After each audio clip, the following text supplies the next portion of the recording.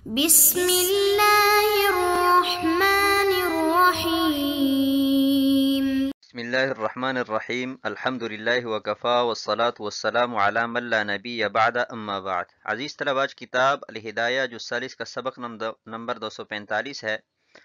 اور اس سبق میں انشاءاللہ دو اجناس سے بحث کریں گے. جنس نمبر 1 حکم توکیل الوکیلی، اور جنس نمبر 2 تصرف الدمیہ والعبد علی ولدہ الصغیر المسلم. اور کتاب کی عبارت وَلَيْسَ لِلْوَكِيلِ أَن يُوَكِّلَ فِيمَا وُكِّلَ بِهِ سے لے کر كَأَنَّهُ لَمْ يَزَلْ مُسْلِمًا فَيَصِحَّ تک ہوگی. آتے ہیں کتاب کی عبارت کی طرف. قال وَلَيْسَ لِلْوَكِيلِ أَن يُوَكِّلَ فِيمَا وُكِّلَ بِهِ، اور وکیل کو یہ حق حاصل نہیں ہے کہ وہ وکیل بنائے اس کام میں کہ جس کام کا اسے وکیل بنایا گیا ہے. لِأَنَّهُ فَوَّضَ إِلَيْهِ التَّصَرُّفَ دُونَ التَّوْكِيلِ بِهِ، اس لیے کہ موکل نے وکیل کو اس کام میں تصرف کی ذمہ داری سپرد کی ہے، نہ کہ اس پر وکیل بنانے کی. وَهَذَا لِأَنَّهُ رَضِيَ بِرَأْيِهِ، اور یہ اس لیے کہ وہ اس کی رائے پر راضی ہوا ہے. وَالنَّاسُ مُتَفَاوِتُونَ فِي الْآرَاءِ، اور حال یہ ہے کہ لوگ آراء کے اعتبار سے مختلف ہوتے ہیں. قال إِلَّا أَن يَأْذَنَ لَهُ الْمُؤَكِّلُ لِوُجُودِ الرِّضَا، مگر یہ کہ موکل اسے اجازت دے دے رضا کے پائے جانے کی وجہ سے. او یقول له اعمل برأیک، یا اس سے یہ کہیں کہ آپ اپنی رائے کے مطابق عمل کیجئے. لإطلاق التفویض الى رأی الوکیل، اس لیے کہ ذمہ داری کی سپردگی وکیل کی رائے کی طرف مطلق ہے. وإذا جاز في هذا الوجه يكون الثاني وكيلا عن المؤکل، اور جب اس صورت میں جائز ہے تو دوسرا موکل کی طرف سے وکیل ہوگا. حتی لا يملك الاول عزله، یہاں تک کہ وکیل اول اسے معزول نہیں کر سکتا. ولا ينعزل بموته، اور نہ ہی وکیل کے مرنے کی وجہ سے وہ معزول ہوگا. وينعزلان بموت الاول، اور دونوں پہلے کے مرنے سے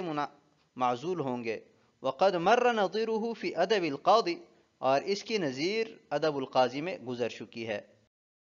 قال وليس للوکیل ان يوکل فيما وکل به، اس عبارت میں مسئلہ بیان کر رہے ہیں کہ اگر کسی آدمی کو خصومت یا عقد کے لیے وکیل بنایا گیا، تبھی اس وکیل کو یہ اختیار حاصل نہیں ہے کہ اس معاملہ کی انجام دہی کے لیے کسی اور کو وکیل بنائے، کیونکہ موکل نے تصرف کی اجازت وکیل کو دی ہے کہ وہ یہ کام انجام دے، نہ کس بات کی اجازت دی ہے کہ اس معاملہ کے لیے وہ کسی اور کو وکیل بنائے. وَهَذَا لِأَنَّهُ رَضِيَ بِرَأْيِهِ، یہ دوسری دلیل ہے کہ لوگ آراء کے اعتبار سے مختلف ہوتے ہیں. کوئی صاحب رائے ہوتا ہے، ہر معاملے کے لیے بہترین آراء پیش کرتا ہے اور بہترین طریقے سے معاملات کو سلجھاتا ہے،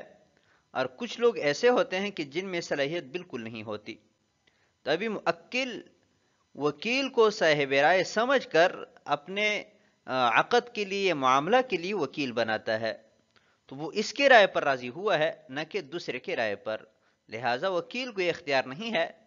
کہ وہ اس معاملہ کی انجام دہی کے لیے کسی اور کو وکیل بنائے.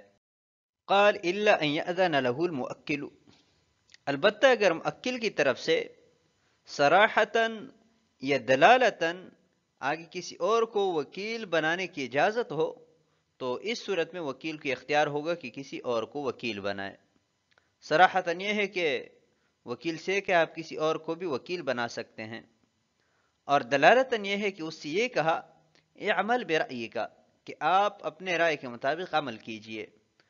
تو دلالتاً اس بات کی اجازت ہے کہ اگر آپ مناسب سمجھیں تو کسی اور کو بھی آپ وکیل بنا سکتے ہیں.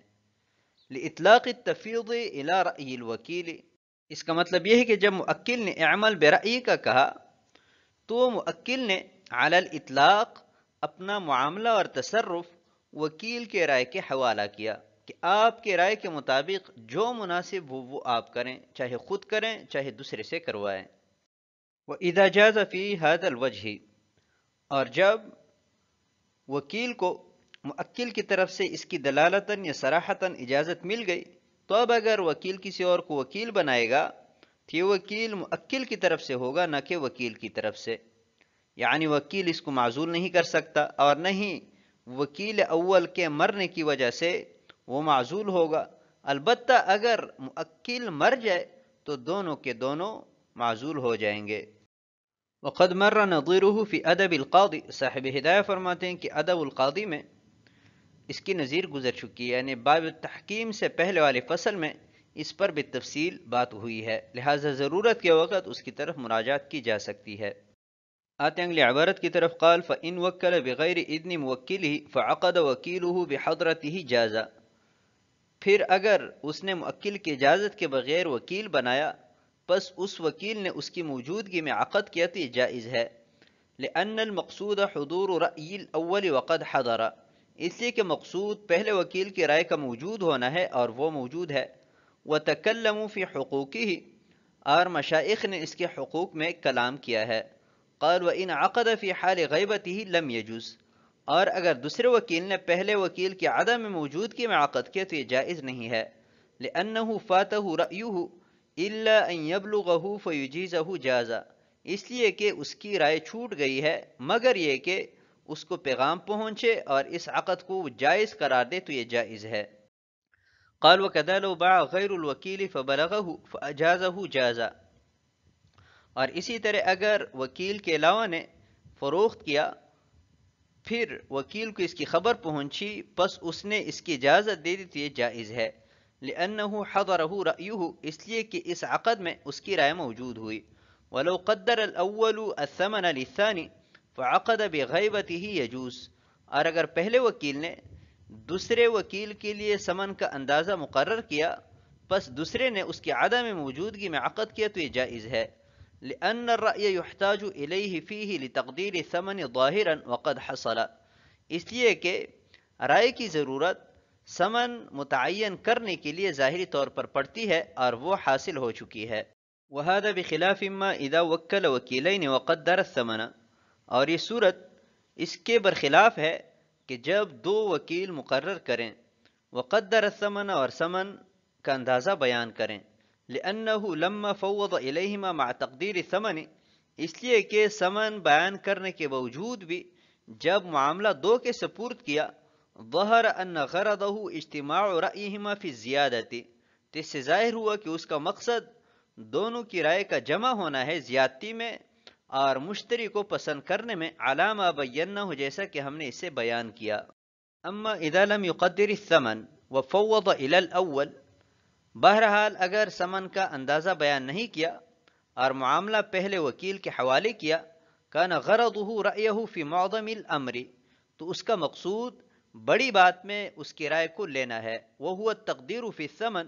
اور وہ ثمن کو مقرر کرنا ہے۔ قال فإن وکل بغیر اذن موکلہ، یہاں سے مسئلہ بیان کر رہے ہیں کہ اگر وکیل نے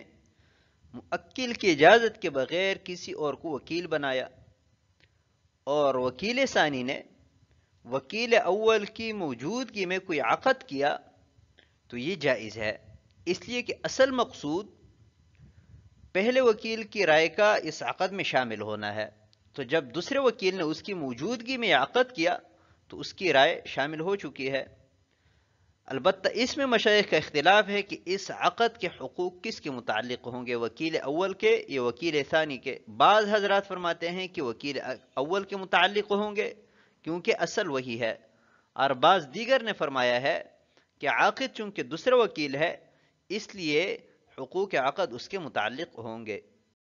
قال وإن عقد في حال غیبته لم يجوز، اور اگر وکیل ثانی وکیل اول کے عدم موجودگی میں عقد کریں تو یہ جائز نہیں ہے، کیونکہ موکل کی طرف سے وکیل اول کی رائے مقصود تھی کہ وہ اس عقد میں شامل ہو اور وہ فوت ہو چکی ہے، لہٰذا موکل کا مقصود پورا نہیں ہوا تو یہ تصرف موکل پر نافذ نہیں ہوگا۔ البتہ اگر اس عقد کے بارے میں وکیل اول کو خبر پہنچے اور وہ اس عقد کی اجازت دے دیں تو یہ عقد جائز ہو جائے گا، یعنی موکل پر نافذ ہو جائے گا کیونکہ اس میں اس کی رائے شامل ہوئی اور وہی موکل کو مقصود تھی۔ قال وكذا لو باع غیر الوکیل، اور اسی طرح وکیل ثانی کے علاوہ ایک تیسرے شخص نے عقد کیا اور اس عقد کے بارے میں وکیل اول کو خبر دی گئی، اس نے اس عقد کو جائز قرار دیا تو یہ جائز ہے، یعنی یہ تصرف موکل پر نافذ ہوگا، کیونکہ موکل کا جو مطلوب اور مقصود تھا وہ حاصل ہوا ہے۔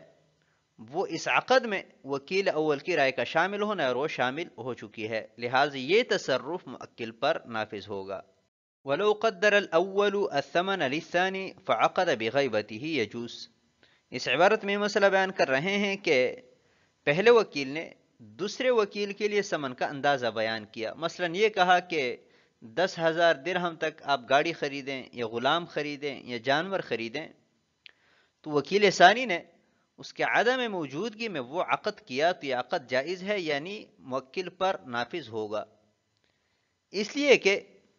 رائے کی جو ضرورت ہوتی ہے وہ ثمن کی زیادتی اور کمی کے لیے ہوتی ہے، تو وہ پہلے رائے دے چکا ہے، لہٰذا اس عقد میں اس کی رائے شامل ہوئی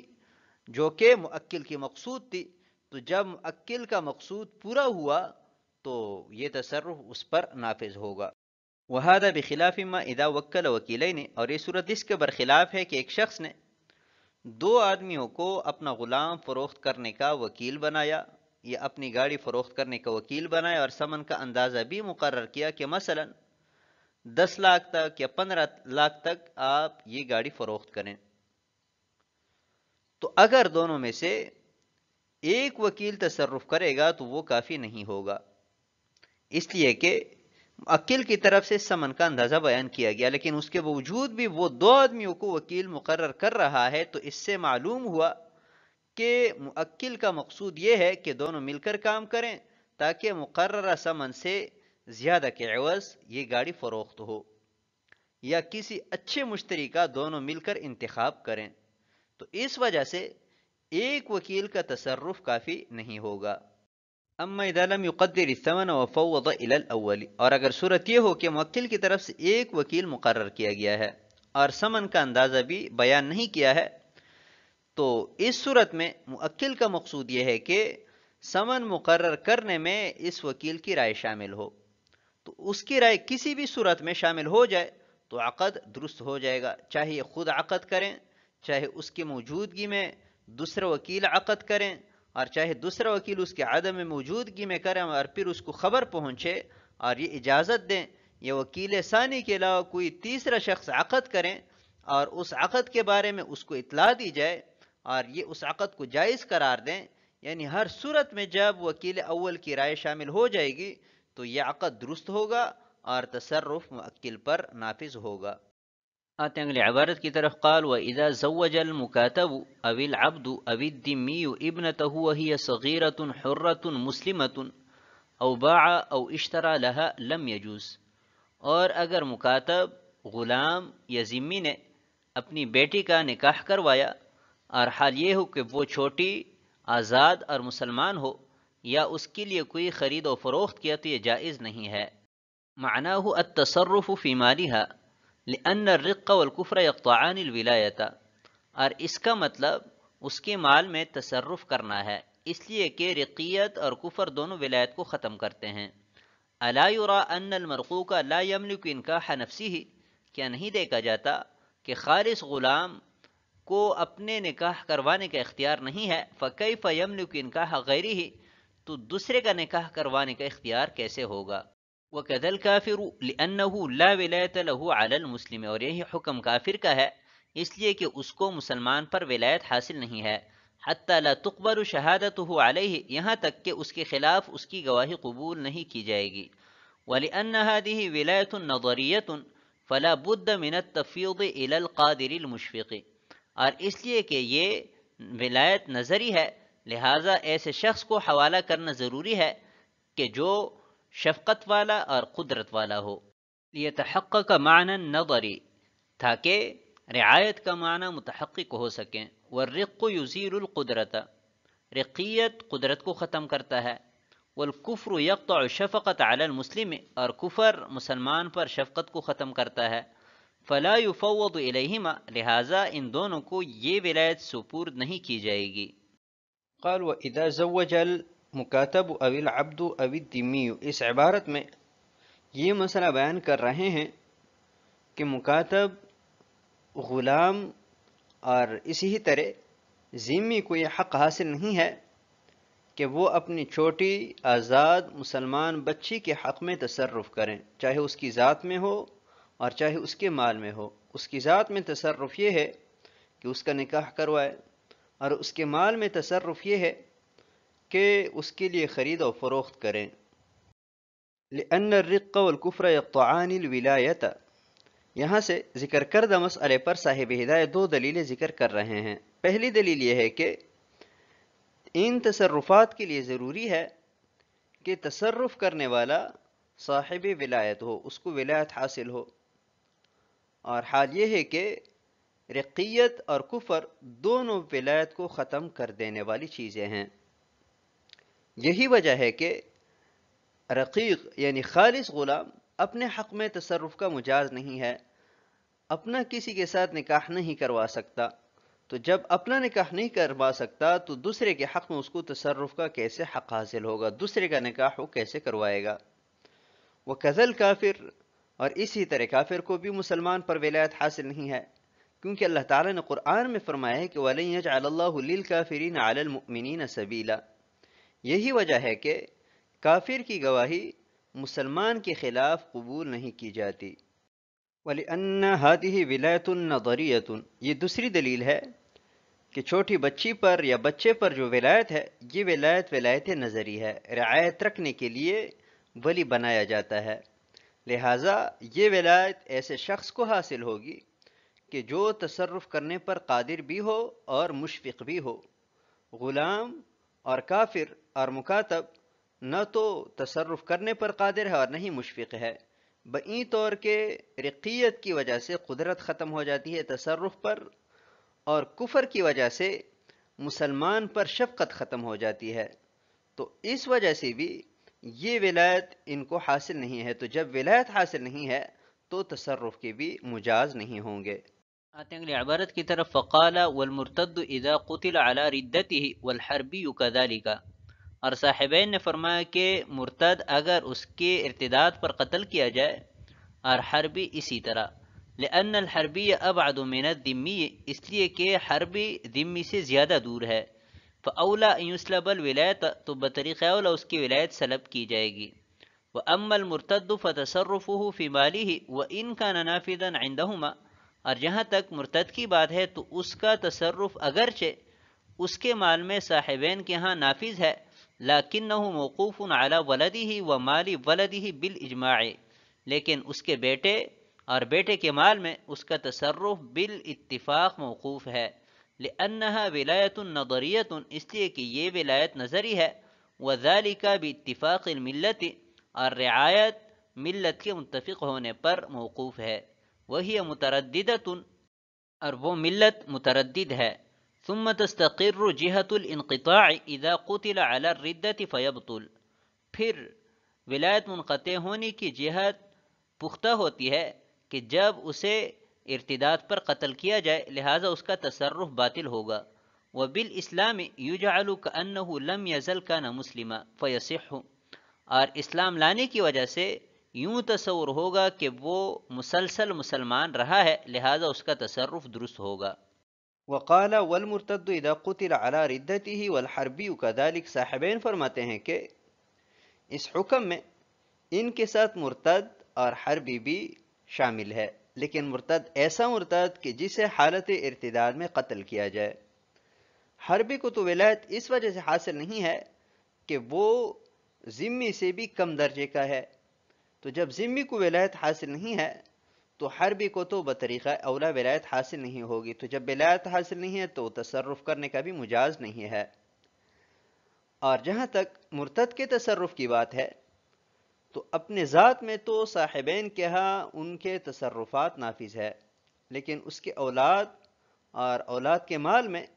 اس کا تصرف موقوف رہے گا۔ اگر حالت ارتداد میں اسے قتل کیا گیا